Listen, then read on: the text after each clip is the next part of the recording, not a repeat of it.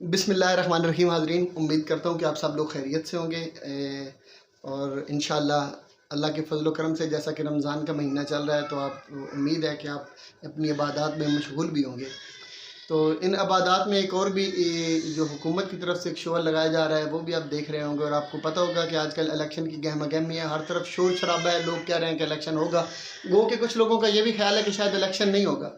तो लेकिन कुछ लोगों का ये है कि खैर वो समझते हैं कि मामला जिस तरह चल रहे हैं, सुप्रीम कोर्ट जिस तरह जा रहा है, तो मुमकिन है कि जल्द इलेक्शन का हुकूमत को ऐलान करना ही पड़ेगा, तो उनके पास और कोई बचने की सूरत नहीं होगी।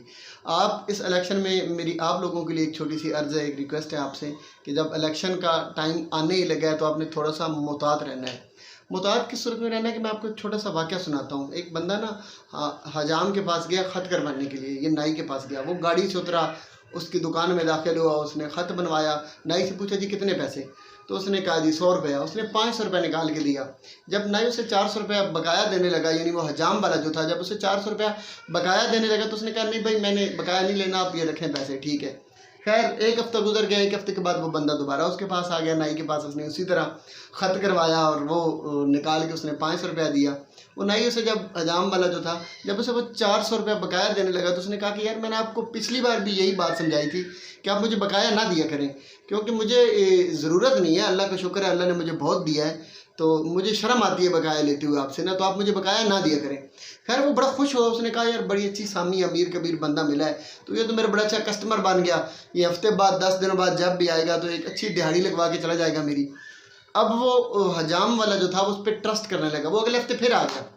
अगले हफ्ते आया तो उसने ऐसे ही जब वो शॉप में दाखिल हुआ तो वो हजाम वाले में बड़ा उसने प्रोटोकॉल दिया, कुर्सी साफ़ की, उसको बड़ा पाउडर शाउडर लगाया और बड़ी सफाइयाँ फेर के उसको, मतलब सारे कस्टमर बैठे हों उसको टाइम दिया, पहले लेके आया क्योंकि ज़ाहिर है वो ज़्यादा पैसे देता था। तो उसने फिर उसको प्रोटोकॉल के साथ कुर्सी पे बिठाया, उसने ख़त करवाया और ऐसे ही 500 रुपया निकाल के दिया। तो जब वो बकाया देने लगा तो उसने नाई ने कहा कि यार आज तो आप बकाया ले लो ना, हर बार आप छोड़ के चले जाते हो। पता उसे भी था कि ये बकाया नहीं लेगा। उसने अपनी तरफ से कहा तो उसने कहा यार मैंने तुम्हें बताया नहीं है कि ये मेरी तौहीन है, मुझे ऐसे ना कहा करो, मुझे शर्म आती है लोगों के सामने ये बात सुनते हुए भी, तो आप मेहरबानी करो ये अपने पास ही रखो, मैंने बकाया शिकाया नहीं लेना होता, मैं जो पैसे तुम्हें दे दूँ वो रख लिया करो। खैर वो बड़ा खुश हुआ। अगले हफ्ते वो फिर आ गया। जब वो नाई की शॉप में दाखिल हुआ तो उसने ऐसे ही बड़ा प्रोटोकॉल दिया, कुर्सी पे जब बिठाया, पाउडर शाउडर जब उसने लगा दिया तो अचानक उसकी कॉल आ गई। वो अपनी कॉल उसने फ़ोन सुना, ऐसे ही सामने उसने फ़ोन लगाया तो वो कहता है नहीं क्या हुआ, अच्छा आप बस 5 मिनट रुको मैं अभी आया, उसने ये कहा। जैसे उसने फ़ोन बंद किया तो उसने हजाम वाले को कहा यार मेरी तो एक अचानक ना बड़ी इमरजेंसी हो गई है, तो मुझे ज़रा जल्दी में जाना पड़ेगा।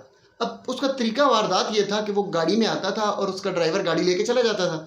तो वापसी पे जब उसने जाना होता था तो वो फ़ोन करता था, या थोड़ी देर बाद ड्राइवर गाड़ी लेके आ जाता था तो वो उसके साथ चला जाया करता था।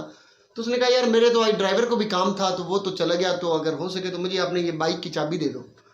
नया 125 था उस हजाम वाले का। उसने उसे चाबी पकड़ाई, उसने कहा कि ये लो चाबी। तो उसने कहा बस मैं घंटे के अंदर अंदर वापस आ रहा हूँ। वो भाई साहब ने उससे 125 लिया, लेके निकल गए। घंटा 1.5 घंटा गुजर गया और वो वापस आ गए। जब वो वापस आया तो उसने कहा कि यार मेरे साथ तो एक बहुत बड़ा हादसा हो गया है। हजाम वाले ने पूछा क्या हादसा हो गया? उसने कहा यार वो मैं तुम्हारा बाइक लेके गया था तो वो बाइक तो चोरी हो गया, मैं ऐसे ही खड़ा करके गया हूँ तो पीछे से कोई बंदा लेके वो तो निकल गया बाइक। तो नाई बड़ा परेशान हुआ। उसने कहा कि भाई ये क्या बात हुई, आप मेरा नया बाइक था आप लेके गए, चोरी हो गया, मैं तो गरीब बंदा हूँ, मेरे पास तो और कुछ था ही नहीं, यही तो मेरा बाइक था, तो अब मैं क्या करूँ? उसने कहा यार तुम्हें परेशान होने की ज़रूरत नहीं है, तुम्हारा बाइक था, नया बाइक था, तो मैं तुम्हें कोई मसला नहीं, मैं तुम्हें नया बाइक लेके देता हूँ। वो हजाम वाला बड़ा खुश हुआ, उसने दुकान बंद की, उसने कहा चलो आओ। वो चले गए शोरूम पे चले गए, जो उनकी थी बाइक वाली। उसने शोरूम वाले से जाके कहा, उसने कहा कि यार एक बाइक ज़रा चेक करवाना 125। उसने 125 निकाला। उसने हजाम वाले को कहा कि जाओ भाई ये चेक करके आओ। वो चेक करने के लिए गया, घूम फिर के ऐसे वो आ गया 5 मिनट के अंदर अंदर के। उसने कहा हाँ भाई बताओ। उसने कहा नया बाइक है, क्या होना है, बिल्कुल ठीक है, ज़बरदस्त। उसने पूछा तुम्हें पसंद है? उसने कहा हाँ जी मुझे बिल्कुल पसंद है, बिल्कुल ठीक है, ज़बरदस्त है मेरा नया बाइक, तो मैं तो मुतमईन हूँ। उसने कहा चलो ठीक है लाओ ज़रा चेक करवाओ ना, मैं भी तो देख लूँ ना, पैसे तो मैंने देने हैं ना।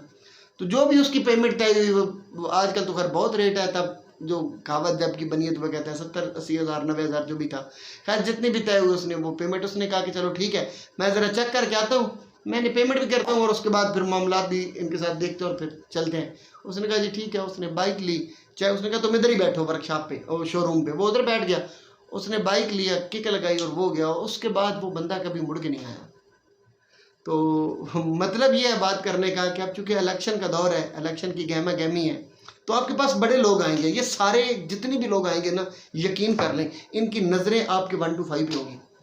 ये आपकी खातिर नहीं आ रहे। वो जो आपके पास एक वोट, आपका नया वोट 1 to 5 जो खड़ा है ना आपकी दुकान के बाहर, ये उसके लिए आ रहे हैं। ये धोखेबाज लोग हैं, ये दगाबाज लोग हैं। इनके सारे उनके चेहरों को देखना, ये वही लोग हैं जो आज से कोई 20-25 साल पहले, खैर मैं तो जब से पैदा हुआ मैं तो वही लोग अपने हलकों में भी देख रहा हूँ, हर तरफ ऑलमोस्ट यही हाल है।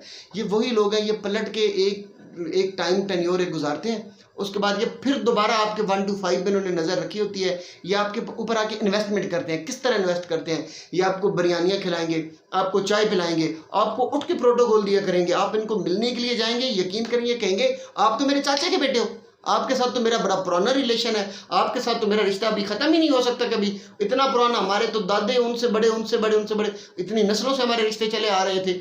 ये आपको प्रोटोकॉल देंगे, आपको अलग बिठाएंगे, आपको कुर्सी, वो क्या, आप एक फ़ोन करेंगे, आपकी कॉल अटेंड करके आपको बोलेंगे हाँ मेरे पितरेर की हाल है तेरा, ठीक है। ये उनकी इन्वेस्टमेंट होगी सारी। इन्वेस्टमेंट किस लिए होगी? ये आपसे बकाया नहीं लेंगे।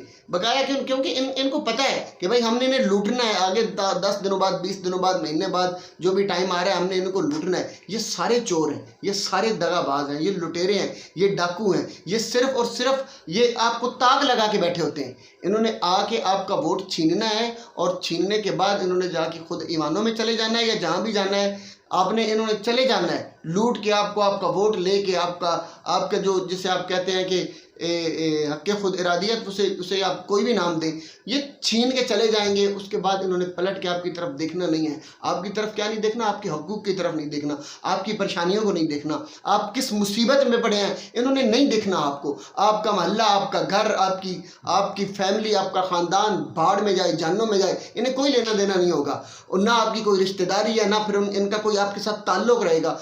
कुछ भी नहीं लगते हैं ये आपके। आप यकीन करें, ये सिर्फ चोर हैं, ये सिर्फ दगाबाज हैं, ये सिर्फ लुटेरे हैं, ये डाकू हैं, ये लूटने वाले हैं। ये लूट मार करने के लिए आपके पास आएंगे, आपके साथ रिश्तेदारियां बनाएंगे, आपको खिलाएं पिलाएंगे। ये सारा कुछ जो कुछ आपको दिखा रहे होंगे, ये सारी की सारी इनकी बुनियादी तौर पे इन्वेस्टमेंट होगी आपको लूटने के लिए, आपके ख़ानदान को लूटने के लिए, आपके वोट को लूटने के लिए। क्योंकि इनको ताकत चाहिए, इन्होंने इक़्तिदार में जाना है। इक़्तिदार में वहाँ पर ताकत होती है, इनके पास पावर होती है, वहाँ जाके फिर इनका कोई कुछ नहीं लगता इनका एक ही होता है। इन्होंने हर मोहल्ले में, हर गली में, हर गांव में, हर यूनियन काउंसिल में इन्होंने 2-3 अपने वो एक गुंडे बदमाश रखे होते हैं। वही बदमाश इनके रिश्तेदार रहते हैं, उन्हीं से ये काम लेते हैं, उन्हीं के ये काम करते हैं, उन्हीं से ये काम निकलवाते हैं। उन्हीं के ज़रिए ये अपनी जो इक़्तिदार होता है या अपनी बदमाशी जो होती है उसको ये कायम रखते हैं। इसके अलावा इनका कोई रिश्तेदारी, कोई तल्लुक़, कोई कुछ नहीं होता है।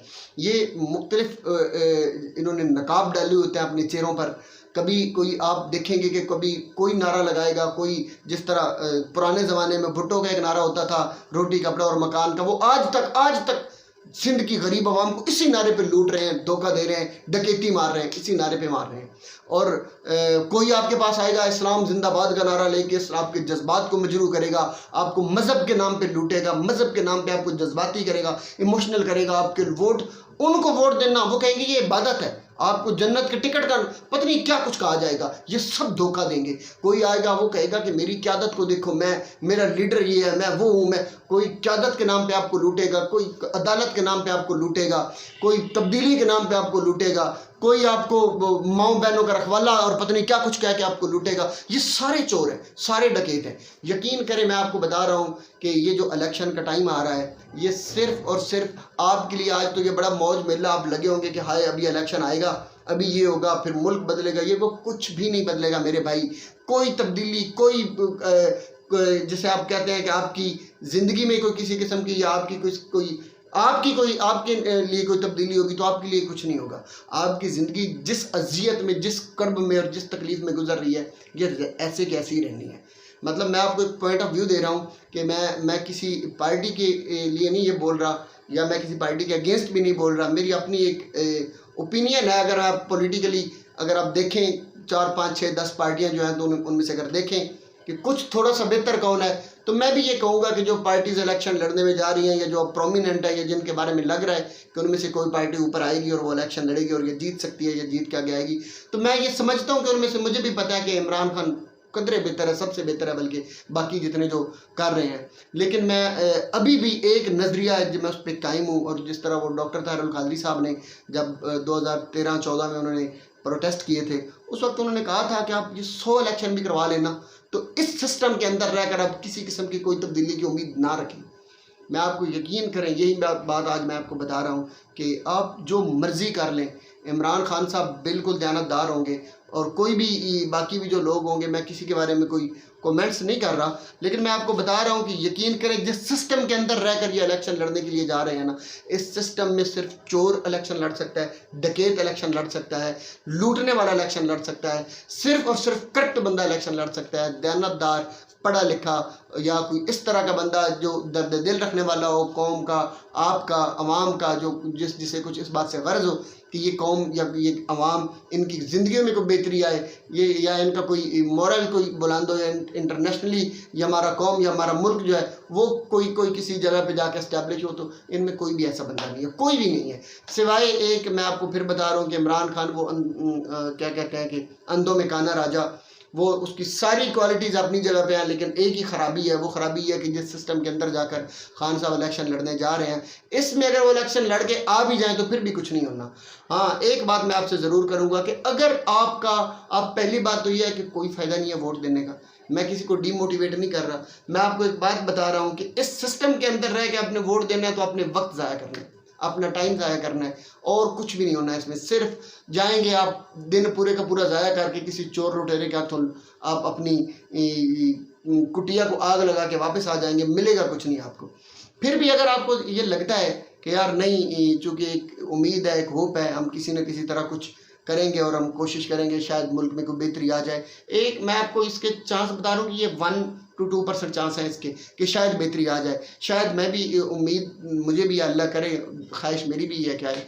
लेकिन अगर फिर भी नागुज़ीर हो जाए ना वोट देना, तो एक बात का ध्यान रखना कि आप सिर्फ वोट फिर उस कभी ये पॉलिटिकल बैकग्राउंड रखने वाले लोगों को कभी वोट ना देना, खुदा के लिए। ये वही चोर हैं, कोई अपने बेटे को फ्रंट पे ले आएगा कि ये देखो जी मेरा बेटा तो बैरिस्टर है, वहाँ से लंदन से पढ़ के आया है, कोई ऑक्सफोर्डियन अपने आप को दिखाएगा, भाई वो आपके पैसों पे आपका लूटा हुआ माल उसके बाप ने जो लूटा था उस पर अपनी औलाद को पता नहीं क्या कुछ बना लिया होगा, लेकिन वो सारे के सारे उनके जीन्स जेनेटिकली, उनकी जो पॉलिटिकली उनकी जो तरबियत की गई है वो वही है। बिलावल कहाँ से पढ़ के आया है, जरदारी का बेटा है, वही चोर वही लुटेरे हैं, कोई फ़र्क नहीं पड़ेगा। अगर फिर भी वोट देना नागुज़ीर हो जाए तो एक बात का ध्यान रखना, किरदार को वोट देना, और ऐसे किरदार को वोट देना जिसका कोई पॉलिटिकल बैकग्राउंड ना हो, किसी नए चेहरे को वोट देना। ये कम से कम ये तकलीफ तो नहीं होगी ना कि एक ही सुराख से एक बार फिर डसे गए। ये भी इस होप पे कह रहा हूँ कि जो 1-2% चांसेस हैं कि कुछ ऐसे लोग दर्द दिल रखने वाले आए। अब आप ये बात ना सोचना कि वो बाकिरदार शख्स जो है वो किस पार्टी से हो तो किस पार्टी से नहीं हो।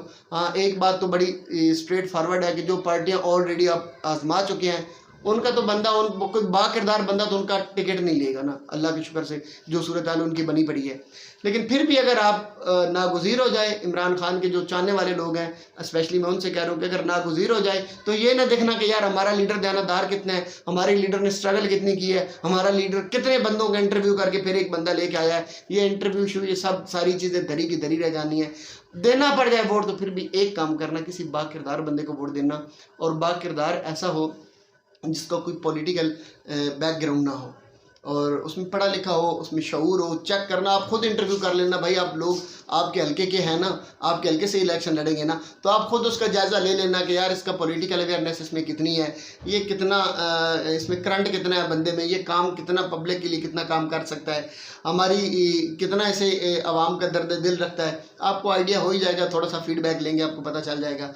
तो ये कोशिश करना, वो भी अगर मजबूरी बन जाए देना पड़ जाए तो, नहीं तो ये बिल्कुल आपको लूटने के लिए ये चोर डकैत, ये बदमाश, ये गुंडे, ये सारे एक पूरे का पूरा एक गैंग है जिन्होंने ऊपर से लेकर यूनियन काउंसिल से एक यूनिट से लेकर पूरे हलके में अपनी हल्काबंदियाँ, एक वोट की हल्काबंदी होती है वो अलग है, एक इन्होंने अपनी हल्काबंदी की हुई है। वो हल्काबंदी ये है कि इन्होंने अपने बदमाश पाले हुए हैं, अपने गुंडे पाले हुए हैं, ब्यूरोक्रेसी में अपने बंदे पाले हुए हैं, थानों में अपने एक सिपाही से लेकर SHO तक सब के सब इन्होंने ख़रीदे हुए होते हैं, या अगर ख़रीदे हुए नहीं होते हैं तो ये उनको अपनी मंत्रियाँ देते लेते रहते हैं, आप से लूट के इससे लूट के। यही इनका कल्चर है, यही इस मुल्क का पॉलिटिकल कल्चर है, यही इस मुल्क का सिस्टम है। इसी के अंदर रहकर आपने इलेक्शन लड़ना है तो आपने फिर डूबना है, फिर मरना है, फिर सिसकना है, तड़पते रहना है। 5 साल गुजर जाएंगे, आप मरते रहेंगे, कूदते रहेंगे कि तब्दीली के नाम पर या किसी भी नाम पर आप एक दफ़ा फिर लुट गए।